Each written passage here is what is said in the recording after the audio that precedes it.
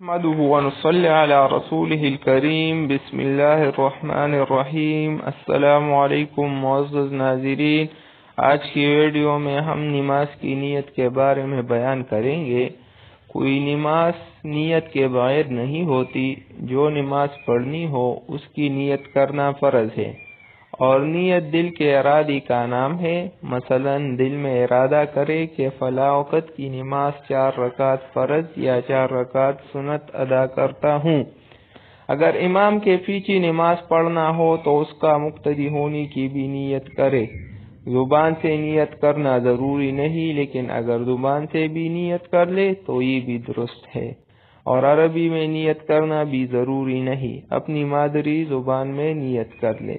ہم بطور نمونہ 2 نیتیں لکھتے ہیں، باقی نمازوں کی نیت اسی طرح کر لیا کریں۔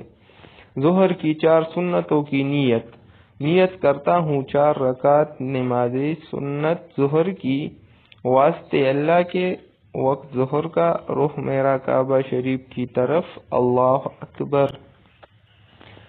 ظہر کے 4 فرضوں کی نیت کرتا ہوں 4 رکعت نماز فرض ظہر کی، واسطے اللہ تعالی کے، پیچھے اس امام کے، وقت ظہر کا، رخ میرا کعبہ شریف کی طرف، اللہ اکبر۔